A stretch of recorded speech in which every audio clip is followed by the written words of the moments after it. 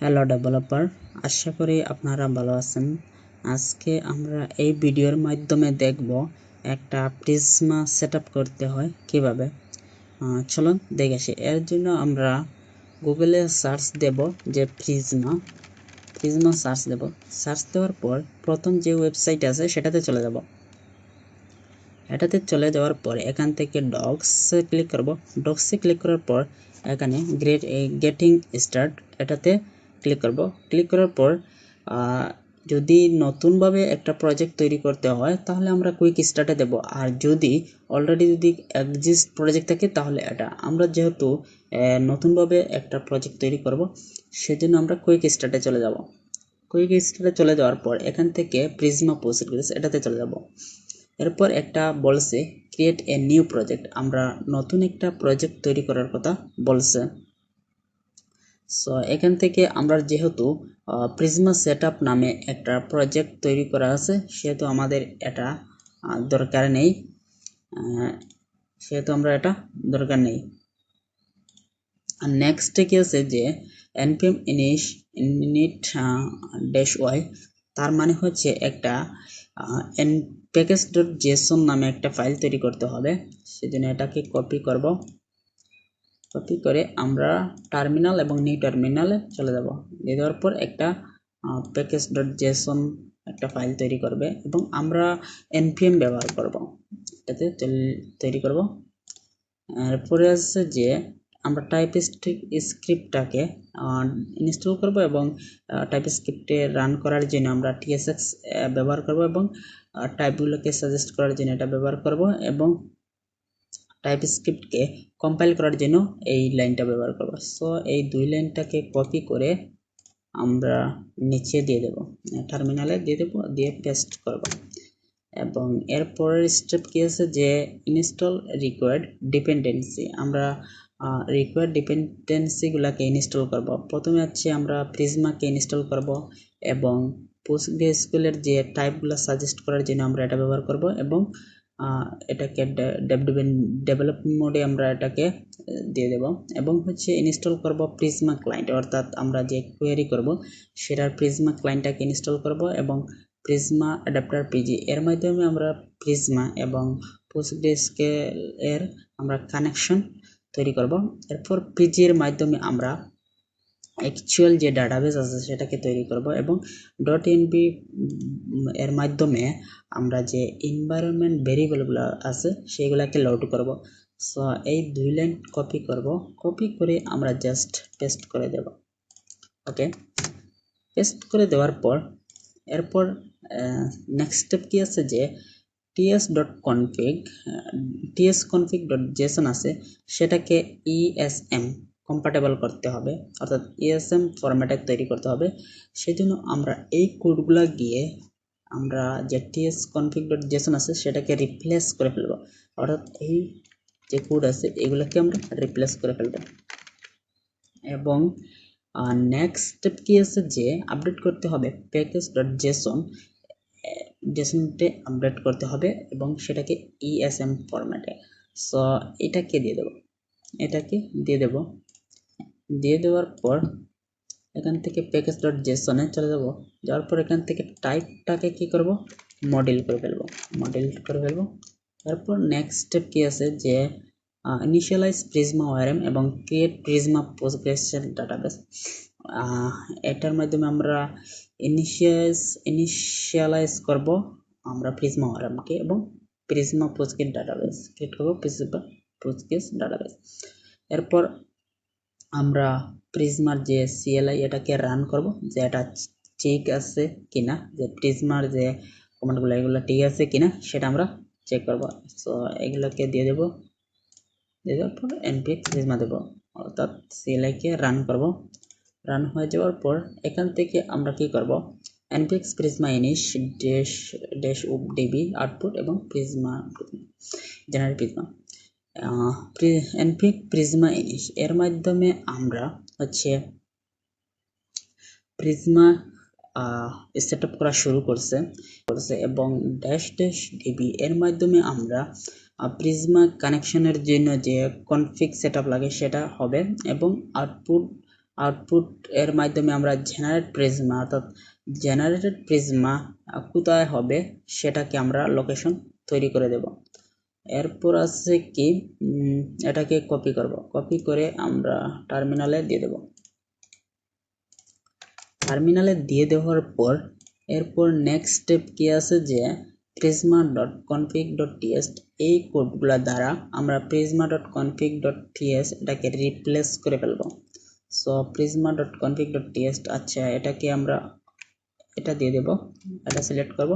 Select করার পর enter project name আমরা একটা প্রজেক্ট নেম দেব, সেটা হচ্ছে যে prisma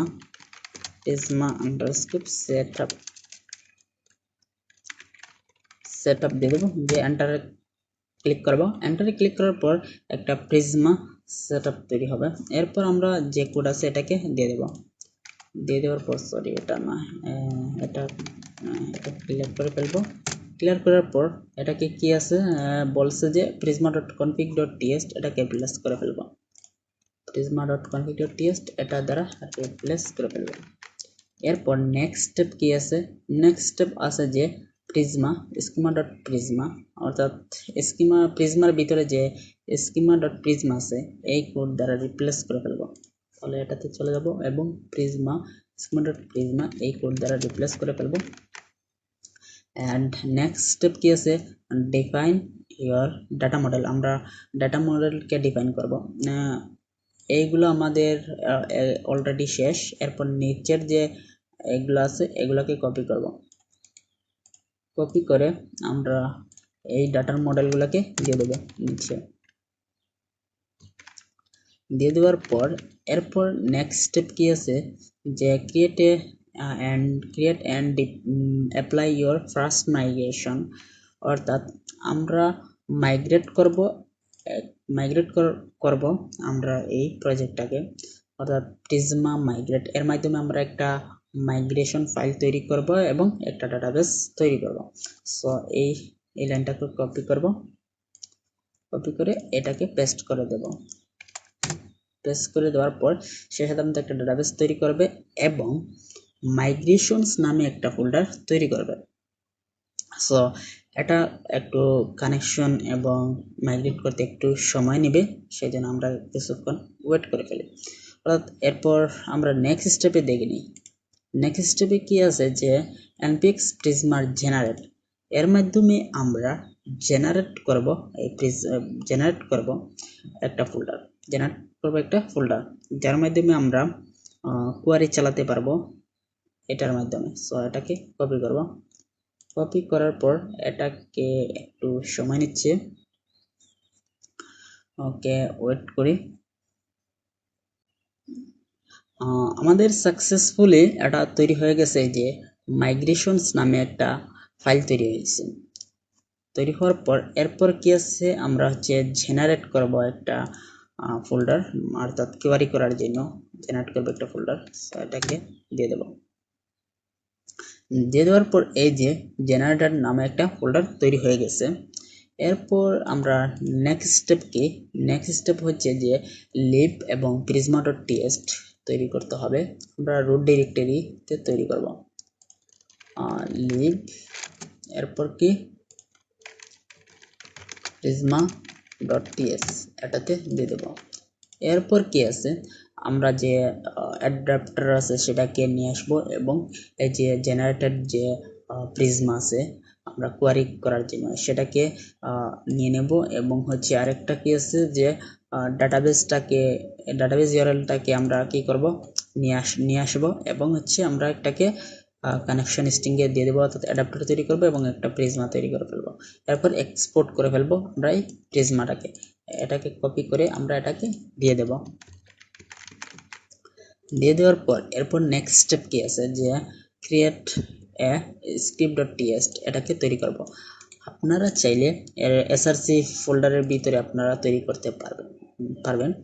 সো আমি যেহেতু একটু শর্টকাটে মারতে যাচ্ছি সেই জন্য আমরা এটাকে রুট ডিরেক্টরিকে দিয়ে দেবো, অর্থাৎ সে যেভাবে বলছে সেটাকে দিয়ে দেবো। এরপর আমরা এই কোয়ারিগুলোকে চালাবো, এই যে কোয়ারি যেগুলো আছে এগুলোকে চালাবো। সো এটাকে আমরা কপি করব, কপি করে একটা আমরা দিয়ে দেব। এরপর নেক্সট স্টেপ কি আছে সেটা কি আমরা দেখব।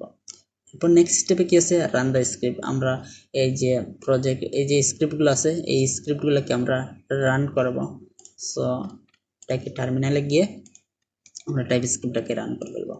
দিয়ে দেওয়ার পর এখান থেকে জাস্ট যদি আমরা এন্টার দিই তাহলে আমরা একটা প্রজেক্ট তৈরি হয়ে যাওয়ার কথা, মানে ডাটা একটা তৈরি যাওয়ার কথা।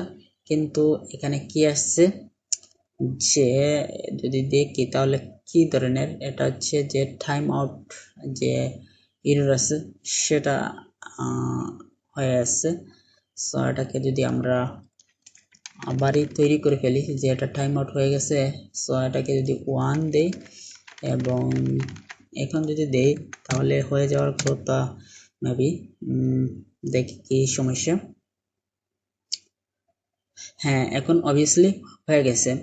হয়ে যাওয়ার পর এরপর আমরা যদি এরপর নেক্সট স্টেপে কি আছে সেটা আমরা দেখব যে npx prisma studio, অর্থাৎ ডাটাগুলোকে যদি আমরা সুন্দরভাবে দেখতে চাই তাহলে এই কমান্ডটাকে রান করব। সো এটাকে দিয়ে দেব। দিয়ে দেওয়ার পর এখান থেকে যে আমরা ডাটা তৈরি হয়েছে অর্থাৎ একটা ইউজার্স তৈরি হয়েছে সেটাকে আমরা দেখে ফেলতে পারবো, এই যে দেখতে পাচ্ছি। এরপর কি আছে সেটা আমরা দেখব। এরপর আছে যে আরেকটা ইউজার তৈরি করে ফেলি। সো এটাকে স্টপ করে ফেলি এবং এটাকে যদি আরেকটা তৈরি করে ফেলি। সো এখান থেকে যদি আমরা npx এটাকে যদি আরেকটা তৈরি করি, ট্রু নামে একটা তৈরি করার পর এটাকে আরেকটা ইউজার্স তৈরি করে ফেলবো।